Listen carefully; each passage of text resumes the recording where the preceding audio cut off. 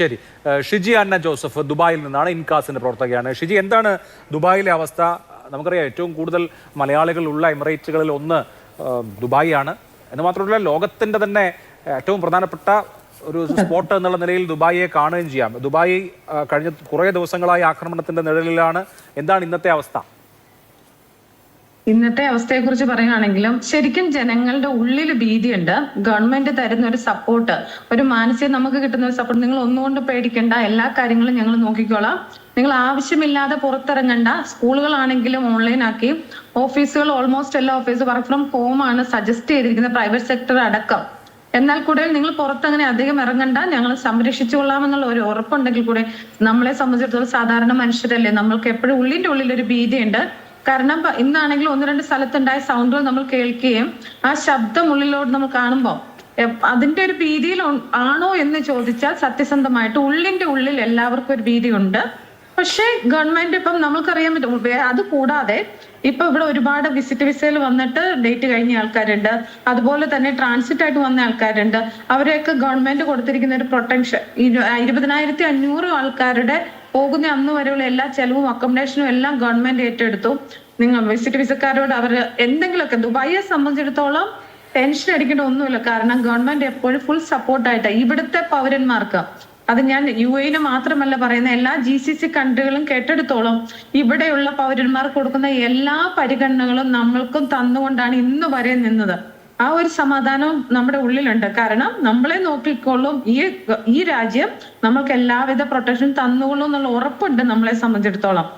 എന്നാൽ നമ്മൾക്ക് ഇത് പരിചയമില്ലല്ലോ, നമ്മൾക്ക് യുദ്ധം എന്നൊക്കെ നമ്മൾ കേട്ടിട്ടല്ലേ ഉള്ളൂ. പണ്ട് ഗൾഫ് വാർ ഉണ്ടായി എന്നൊക്കെ പറയും. ഞങ്ങൾ അധികം 10-20 വർഷം ഇവിടെ ആയെങ്കിലും ആദ്യമായിട്ടാണ് ഇങ്ങനെ ഒരു അന്തരീക്ഷം നമുക്ക് കേൾക്കാനും കാണാനും സാധിക്കും. നമ്മുടെ കൺമുണ്ട് കാണുമ്പോൾ നമുക്ക് സത്യത്തിൽ അതിനൊരു ഭയാനകമായിട്ട് തന്നെ നമുക്ക് തോന്നുന്നുണ്ട്. അല്ല, ഈ മലയാളി കമ്മ്യൂണിറ്റിയും സംഘടനകളും ഒക്കെ ധാരാളമായിട്ടുണ്ടല്ലോ. ഒരു യുദ്ധത്തിന്റെ ഭീതിയുണ്ട്. അപ്പോൾ പാനിക് ബൈയിങ് അങ്ങനെയൊക്കെയുള്ള കാര്യങ്ങൾ, വീട്ടിൽ തന്നെ ഇരിക്കേണ്ടി വരുമോ എന്നൊക്കെയുള്ള ടെൻഷൻസ്, നാട്ടിൽ പോകാൻ ഇപ്പോൾ പ്ലാൻ ചെയ്യുന്ന ആളുകൾക്ക് എന്തായാലും ഇപ്പോൾ പോകാൻ പറ്റില്ല, വ്യോമപാത തുറന്നാൽ മാത്രമേ പോകാൻ പറ്റുള്ളൂ. ഇങ്ങനെ പലതരത്തിലുള്ള കാര്യങ്ങളുണ്ടല്ലോ. ഇതൊക്കെ സ്വയം അഡ്രസ്സ് ചെയ്യുന്നുണ്ടോ എന്ന് പറഞ്ഞാൽ സംഘടനകളും അങ്ങനെയുള്ള കൂട്ടായ്മകളും ഒക്കെ? അങ്ങനെ ഒന്നുമില്ല സത്യം. ഇപ്പൊ ഒരിടത്തുനിന്നും അങ്ങനെ ഒരു കാര്യമില്ല. കാരണം എന്താന്ന് വെച്ചാൽ നമുക്ക് തന്നിരിക്കുന്ന ഈ രാജ്യം തരുന്ന നമുക്കൊരു കോൺഫിഡൻസ് ലെവൽ ഭയങ്കര വലുതാണ്. അത് നമ്മളെ സംബന്ധിച്ചിടത്തോളം ആഴത്തില് നമുക്ക് നമ്മളുടെ രാജ്യത്തിന് എന്തെങ്കിലും പറ്റുമോ, ഇപ്പൊ നമ്മൾ നോക്കിയാൽ ഇന്നിപ്പോ ഒമാനിലുണ്ടായ ആക്രമണത്തെ സംബന്ധിച്ചിടത്തോളം നമുക്ക് ടെൻഷൻ, 3 ഇന്ത്യക്കാർ മരിച്ചല്ലോ.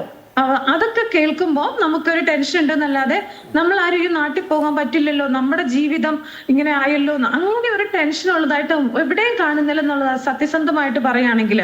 കാരണം മറ്റുള്ള വാർത്തകളെ കുറിച്ച്, ഇപ്പം സൗദിയിലെ എണ്ണ കമ്പനികൾ ആക്രമിച്ചു, ഇത് നമ്മുടെ രാജ്യത്ത് ഇന്ത്യനെ ബാധിക്കുമല്ലോ, അങ്ങനെയുള്ള ടെൻഷനുകളാണ് ഇതിന്റെ കൂടുതലായിട്ട് കാണാൻ സാധിക്കുന്നത്.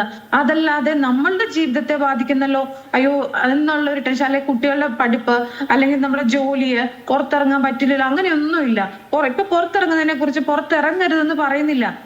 ഒരുപാട് ആൾക്കാർ അങ്ങനെ ഇറങ്ങുന്ന കൂട്ടം കൂടണ്ട. അത് നമ്മൾക്ക് തരുന്ന എല്ലാവർക്കും കൃത്യസമയത്ത് അലേർട്ട്, എല്ലാ ഫോണിലും അവർ കൃത്യമായിട്ട് അലേർട്ട് തരുന്നുണ്ട്. നിങ്ങൾ സേഫ് ആയിട്ടിരിക്കൂ, നിങ്ങൾ സേഫ് ആയിട്ടിരിക്കൂ എന്ന് പറയുമ്പോൾ വീണ്ടും ഞാനത് എടുത്തു പറയാൻ ആഗ്രഹിക്കുകയാണ്. രാജ്യം തരുന്ന ഒരു കോൺഫിഡൻസ്, ഒരു ധൈര്യം, അത് ഞങ്ങളുടെയൊക്കെ മനസ്സിനെ ഭയങ്കരമായിട്ട് ദൃഢപ്പെടുത്തി ഞങ്ങളെ നോക്കുന്നുണ്ട്, ഞങ്ങളെ സംരക്ഷിച്ചുകൊള്ളും. പക്ഷെ ഒരു ഉള്ളിൽ പ്രാർത്ഥന മാത്രം, ഒന്നും വരുത്തരുതേ ആർക്കും എന്ന് നമ്മൾ പ്രാർത്ഥിച്ചുകൊണ്ടിരിക്കുന്ന ഒരു അന്തരീക്ഷം തന്നെയാണ്. കാരണം നേരത്തെ ഞാൻ പറഞ്ഞതുപോലെ നമ്മളെല്ലാം സാധാരണക്കാരാണ്, ഉള്ളിന്റെ ഉള്ളിലൊരു ഭീതിയുണ്ട്.